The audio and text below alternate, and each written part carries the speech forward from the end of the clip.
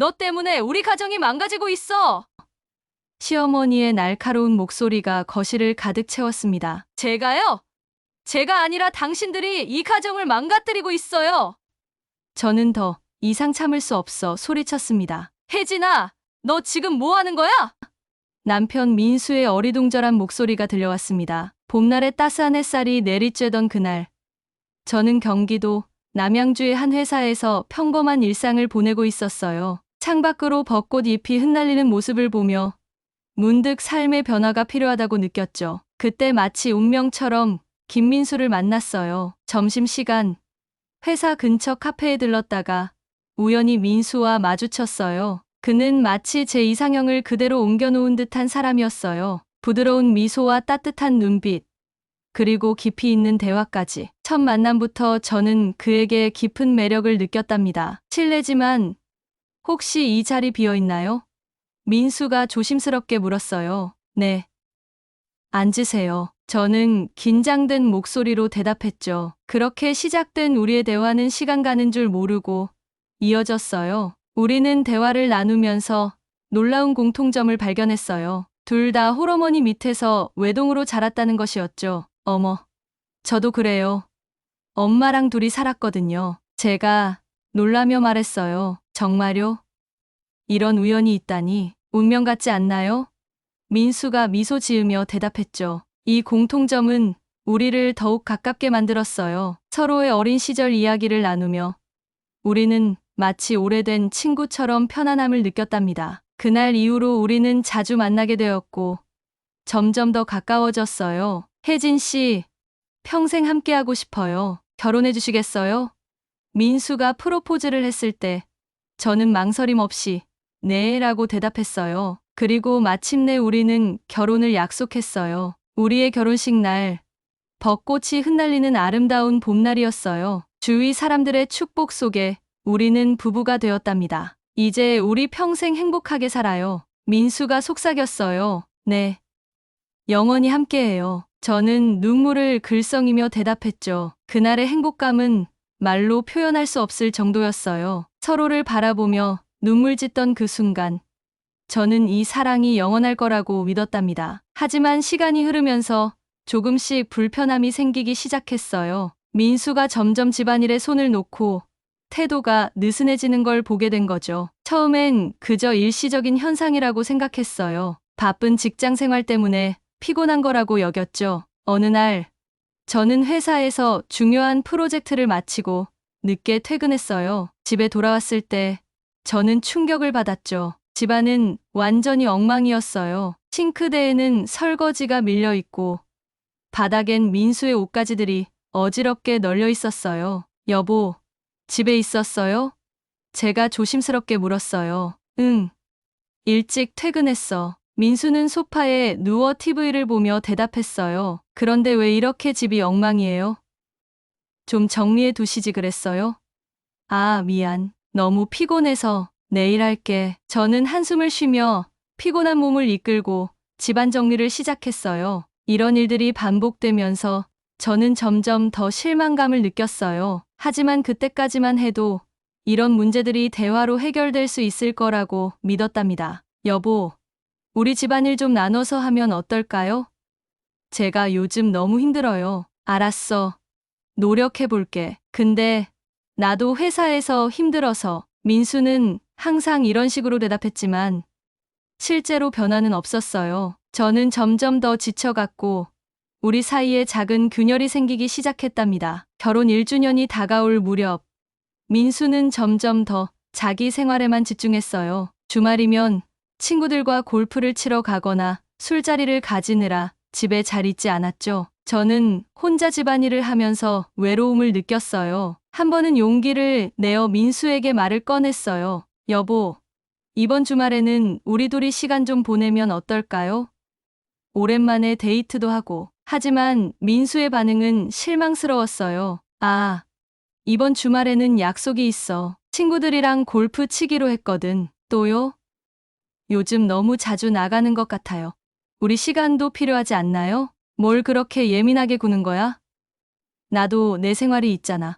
그 말을 들은 순간 제 마음 한구석이 싸늘하게 식어버렸어요. 이것이 우리 결혼 생활의 현주소구나 하는 생각이 들더라고요. 결혼 1년이 지나자 시어머니의 태도가 달라지기 시작했어요. 며느리는 일해야 한다면서 제 행동 하나하나를 지적하기 시작하셨죠. 처음에는 그저 관심이라고 생각했는데 점점 그 강도가 심해졌어요. 어느 날 시어머니가 갑자기 우리 집에 찾아오셨어요. 제가 일하고 있는 부엌으로 들어오셔서 이리저리 둘러보시더니 한숨을 쉬셨죠. 그 순간부터 시어머니의 간섭이 시작되었어요. 아이고, 며느리야. 이렇게 살림을 하면 어떡하니?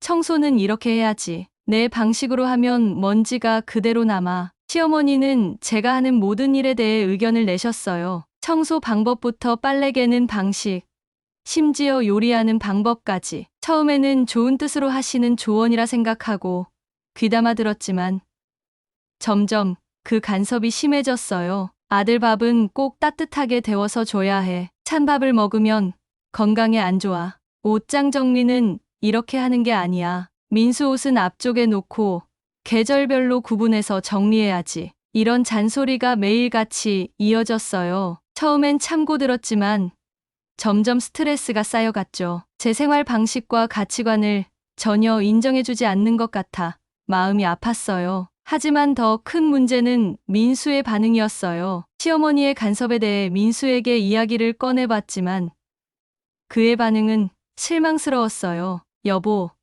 어머니가 너무 간섭하시는 것 같아요. 좀 말씀해 주시면 안 될까요? 엄마니까 그럴 수 있지. 너무 예민하게 굴지 마. 엄마는 다 우리 잘 되라고 그러시는 거야. 민수의 이런 태도에 저는 더욱 외롭고 고립된 느낌이 들었어요. 제 편이 되어줄 줄 알았던 남편마저 저를 이해해주지 않는 것 같아 마음이 아팠답니다. 시간이 갈수록 시어머니의 간섭은 더욱 심해졌고 저는 점점 더 큰 스트레스를 받았어요. 집에 오는 것이 두려워질 정도였죠. 어느 날 저녁, 저는 용기를 내어 민수에게 말을 꺼냈어요. 여보, 우리 좀 이야기 나눌 수 있을까요?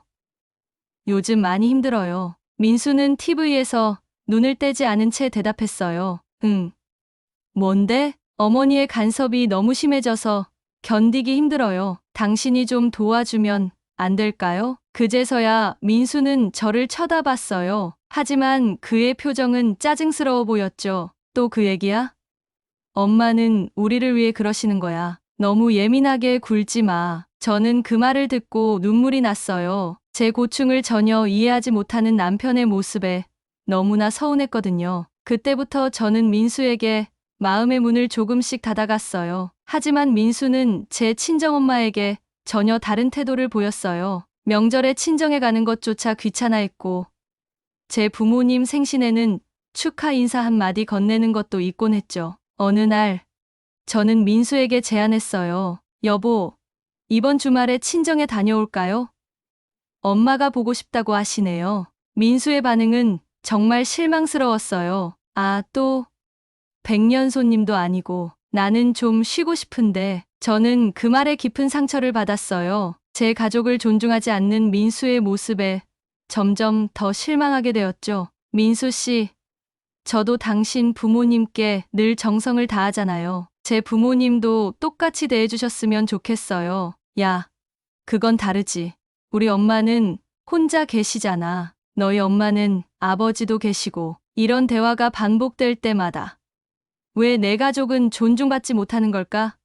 이런 생각이 자꾸 들었죠. 더군다나 민수는 자신의 어머니에 대해서는 항상 특별한 대우를 요구했어요. 시어머니가 오실 때면 집안 곳곳을 깨끗이 청소하고 좋아하시는 음식을 준비하라고 했죠. 하지만 제 부모님에 대해서는 전혀 신경 쓰지 않았어요. 엄마가 오시는데 왜 이렇게 대충 해? 더 신경 써야지. 당신 부모님은 우리 집에 자주 오실 필요 없어. 불편해. 어느 날 저는 참지 못하고 눈물을 흘리며 말했어요. 민수 씨, 왜 내 가족은 당신 가족만큼 중요하지 않나요? 우리는 평등한 부부 아닌가요? 민수는 잠시 침묵하다가 대답했어요. 미안해. 그런 의도는 아니었어. 앞으로 더 노력할게. 그 말을 듣고 잠시 희망을 가졌지만 실제로 변화는 없었어요. 민수의 행동은 여전했고 저는 점점 더 고립감을 느꼈답니다. 어느 날 갑자기 제 친정엄마가 큰 병으로 입원하게 되었어요. 의사 선생님께서는 장기간의 간호가 필요하다고 하셨죠. 저는 고민 끝에 회사에 휴직계를 내고 병간호를 시작했어요. 여보, 엄마가 많이 아프셔서 제가 휴직하고 간호하려고 해요. 우리 엄마니까 이해해 주시겠죠? 그런데 민수의 반응은 너무나 차가웠어요. 뭐, 휴직, 병원에서 다 알아서 해주는데 굳이 그래야 돼? 우리 생활은 어떡하고? 저는 그 말에 큰 충격을 받았어요. 아픈 장모를 걱정하기는커녕 자신의 불편함만 따지는 남편의 모습에 깊은 실망을 느꼈죠. 하지만 어쩔 수 없이 혼자서 병간호를 전담했어요. 매일 병원과 집을 오가며 지치고 힘든 나날을 보냈어요. 엄마의 상태는 좀처럼 나아지지 않았고 병원비는 계속 늘어갔죠. 민수는 가끔 병원에 들르긴 했지만 그저 형식적인 방문일 뿐이었어요. 제가 힘들어하는 모습을 보고도 아무런 위로의 말도 없었죠. 여보, 엄마 상태가 많이 안 좋아요. 좀 더 자주 와주면 안 될까요? 나도 바빠. 너만 힘든 줄 아나?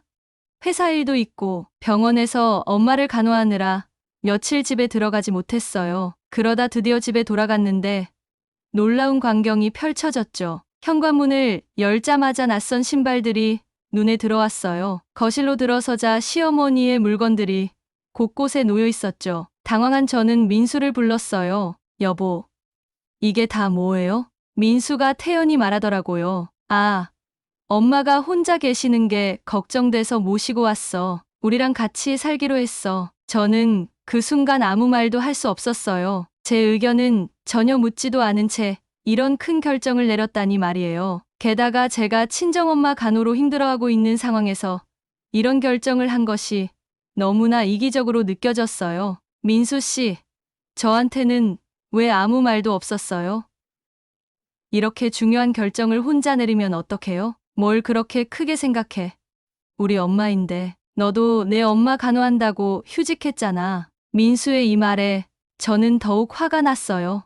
제 상황과 시어머니의 상황은 완전히 다른데 이렇게 비교하는 것이 너무나 불공평하게 느껴졌거든요. 그날 이후로 우리 집의 분위기는 완전히 바뀌었어요. 시어머니는 집 안 곳곳에 자신의 물건을 배치하고 제가 해오던 방식들을 모두 바꾸기 시작했죠. 제 의견은 전혀 묻지 않은 채 말이에요. 혜진아, 이렇게 살림하면 안 돼. 내가 가르쳐 줄 테니 잘 봐. 시어머니의 이런 말씀에 저는 점점 더 스트레스를 받았어요. 제 집인데 제 마음대로 할 수 없는 상황이 되어버린 거죠. 이렇게 시작된 시어머니와의 동거는 제 일상을 완전히 뒤흔들어 놓았답니다. 그리고 이것은 우리 부부 사이의 갈등을 더욱 깊게 만드는 계기가 되었어요. 시어머니와의 동거가 시작되면서 우리 부부의 일상은 완전히 뒤바뀌었어요. 아침부터 저녁까지 시어머니의 간섭이 이어졌고 제 생활 패턴은 완전히 무너졌죠.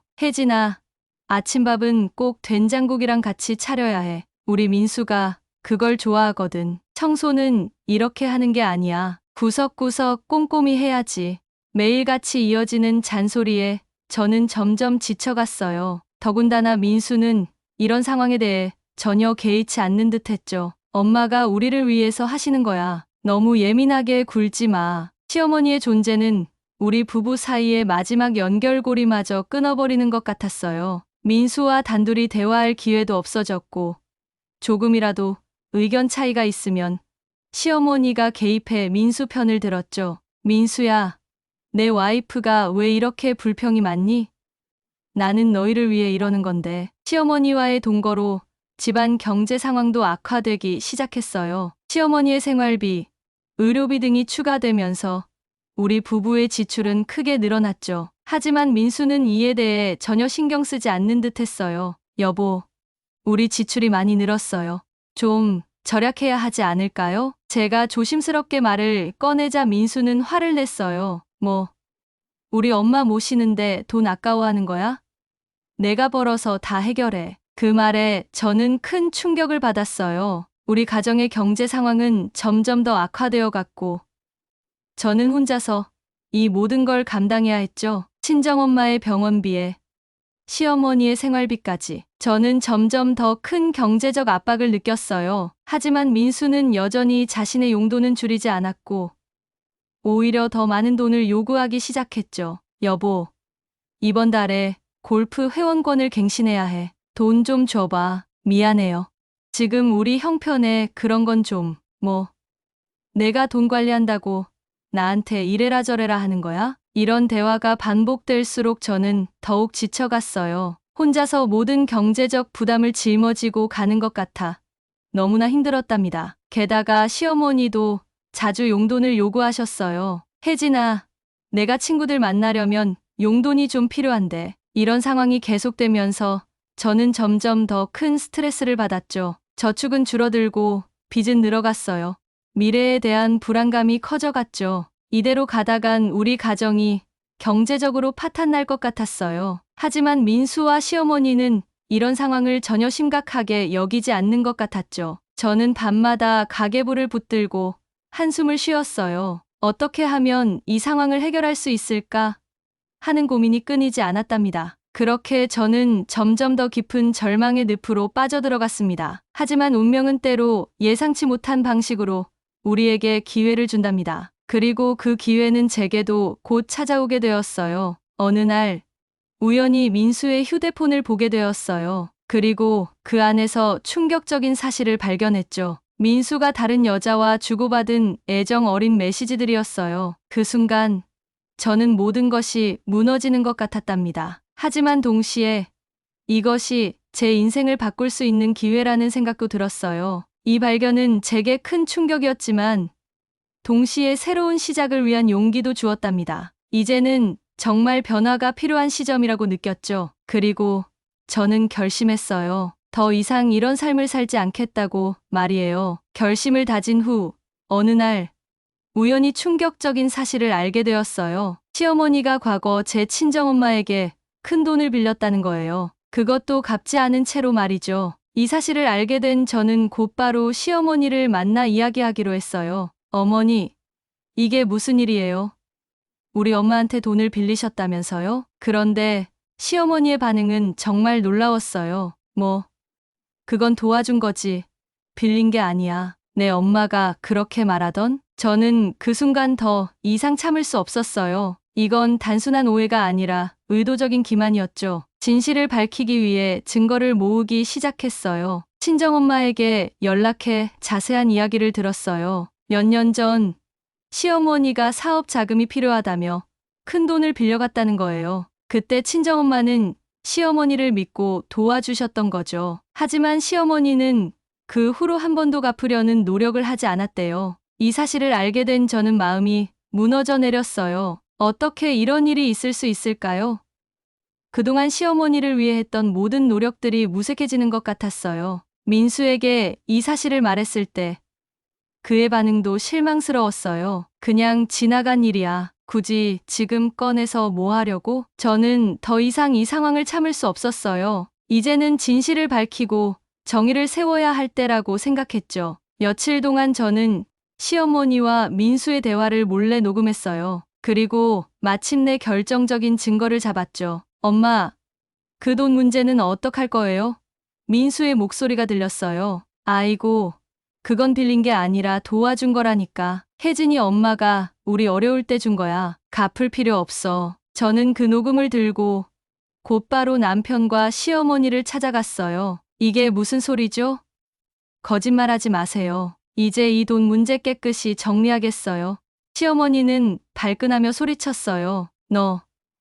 너 때문에 우리 집이 망가지는 거 알아? 하지만 저는 이제 더 이상 물러서지 않았어요. 아니요, 어머니. 당신들이 저희 가족을 존중하지 않아서 이런 거예요. 이제 더 이상 참을 수 없어요. 그 순간 거실은 폭풍 같은 분위기로 가득 찼어요. 민수는 어리둥절한 표정으로 우리를 번갈아 쳐다보더니 결국 어머니 편을 들었죠. 혜진아, 너 지금 뭐 하는 거야?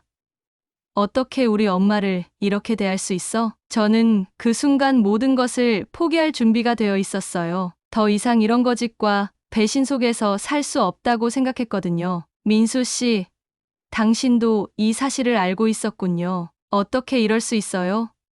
우리 가족을 속이고 제 목소리가 떨리고 있었지만 이제는 더 이상 물러설 수 없었어요. 이 순간이 우리 결혼 생활의 터닝 포인트가 될 거라는 걸 직감했죠. 우리 이제 솔직하게 얘기해봐요. 이렇게는 더 이상 살 수 없어요. 하지만 대화는 곧 격렬한 언쟁으로 변했어요. 시어머니는 계속해서 자신의 입장만 고집했고 민수는 어머니 편만 들었죠. 너는 왜 이렇게 우리 가족을 이해하려 들지 않니?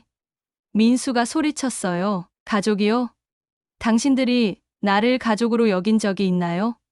저도 더는 참지 않고 맞받아쳤어요. 그 순간 저는 우리 가족이 이미 돌이킬 수 없는 지경에 이르렀다는 걸 깨달았어요. 시어머니는 눈물을 글썽이며 말했어요. 난 그저 우리 가족을 위해 최선을 다한 거야. 내가 이렇게 나를 몰아붙이다니. 하지만 저는 더 이상 그런 말에 흔들리지 않았어요. 어머니, 거짓말로 가족을 지킬 순 없어요. 진실을 말씀해 주세요. 민수는 계속해서 어머니를 감싸며 저를 비난했어요. 넌 왜 이렇게 냉정해진 거야? 우리 가족을 위해 참을 수는 없어? 그 말을 듣는 순간 오히려 냉정해졌어요. 저의 결심을 밀고 나가기로 한 것이죠. 민수 씨, 시어머니, 저는 이제 떠나기로 했어요. 더 이상 이런 거짓과 불신 속에서 살 수 없어요. 그 말을 듣자 두 사람의 표정이 변했어요. 하지만 저는 이미 돌이킬 수 없는 결심을 한 뒤였답니다. 격렬한 논쟁 끝에 저는 결국 이혼을 결심했어요. 더 이상 이 가정에서 제 자리는 없다고 느꼈거든요. 민수 씨, 저는 이제 더 이상 당신과 살 수 없어요. 이혼하고 싶어요. 민수는 처음에는 놀란 듯 했지만 곧 화를 냈어요. 뭐, 이혼? 너 미쳤니? 우리 가족을 이렇게 쉽게 포기할 거야? 하지만 저는 이미 마음을 굳혔어요. 가족이요?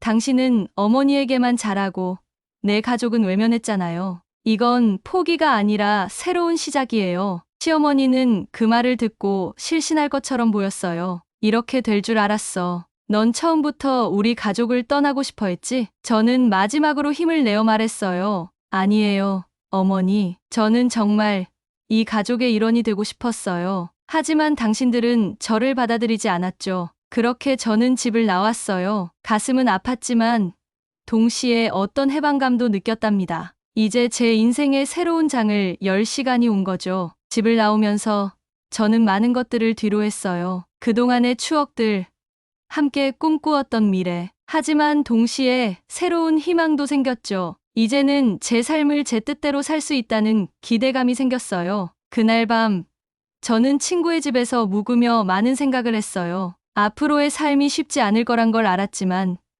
그래도 이게 옳은 선택이라고 믿었답니다. 저는 곧바로 변호사를 만나 이혼 소송을 준비했어요. 그동안 모아둔 증거들, 녹취록, 금전거래, 내역 등을 정리했죠. 민수와 시어머니는 처음에는 발뺌하려 했지만 결국 제가 모은 증거들 앞에서 무너졌어요. 혜진아, 우리가 잘못했어. 용서해줘. 민수가 애원했지만 저는 이미 마음을 굳혔어요. 미안해요.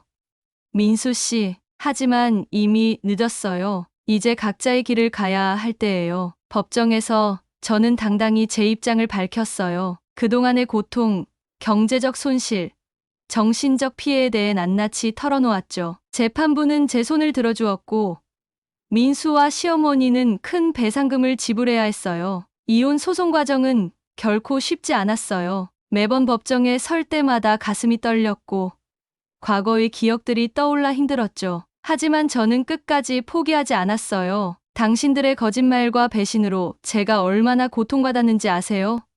법정에서 저는 떨리는 목소리로 말했어요. 재판이 끝나고 최종 판결이 나왔을 때 저는 안도의 한숨을 쉬었어요. 드디어 모든 것이 끝났다는 생각에 눈물이 났죠. 그렇게 저의 오랜 고통은 끝이 났지만 마음속 상처는 쉽게 아물지 않았답니다. 하지만 이제 새로운 시작을 할 수 있다는 희망이 생겼어요. 이혼 후 저는 친정엄마와 함께 새로운 집에서 생활하기 시작했어요. 엄마의 건강도 조금씩 좋아지고 저 역시 마음의 안정을 찾아갔죠. 처음에는 모든 게 낯설고 두려웠어요. 혼자 살아가는 것에 대한 불안감, 실패한 결혼에 대한 후회, 그리고 불확실한 미래에 대한 걱정이 저를 괴롭혔죠. 하지만 시간이 지나면서 저는 점점 더 강해졌어요. 새로운 직장을 구했고, 그동안 미뤄두었던 취미 생활도 시작했어요. 요가 클래스에 등록해서 몸과 마음의 균형을 찾아갔고, 독서 모임에 참여해 새로운 사람들과 교류하며 시야를 넓혀갔죠. 혼자서도 충분히 행복할 수 있다는 걸 깨달았어요.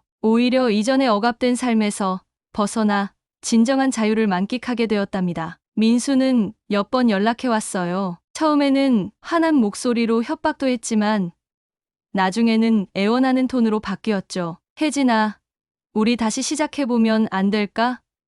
내가 정말 반성하고 있어. 하지만 저는 단호히 거절했어요. 미안해요. 민수 씨. 하지만 우리는 이미 끝났어요. 서로를 존중하지 않는 관계는 의미가 없어요. 시간이 흐르면서 저는 과거의 상처를 극복하고 독립적이고 자신을 존중하는 삶을 살아가기 시작했어요. 새로운 친구들도 사귀고 혼자 여행도 다니면서 제 인생의 새로운 장을 열어갔죠. 어느 날 우연히 길에서 민수를 마주쳤어요. 그는 많이 초라해 보였죠. 혜진아, 잘 지내? 민수가 어색하게 말을 걸었어요. 저는 담담하게 대답했어요. 네, 잘 지내고 있어요. 민수 씨도 건강하세요. 그렇게 우리는 각자의 길을 가게 되었어요. 이제 저는 깨달았어요. 결혼은 한 사람의 희생으로 유지되는 게 아니라는 거요. 서로를 존중하고 배려할 때 비로소 진정한 사랑이 꽃필 수 있다는 것을요. 그리고 무엇보다 자신을 사랑하고 존중하는 것이 얼마나 중요한지도 알게 되었답니다. 여러분, 제 이야기 어떠셨나요? 때로는 힘들고 아팠지만 이 경험을 통해 저는 더 강해졌고 제 자신을 사랑하는 법을 배웠어요. 여러분도 힘든 일이 있다면 꼭 용기 내세요. 자신을 위해 당당히 목소리를 내는 것.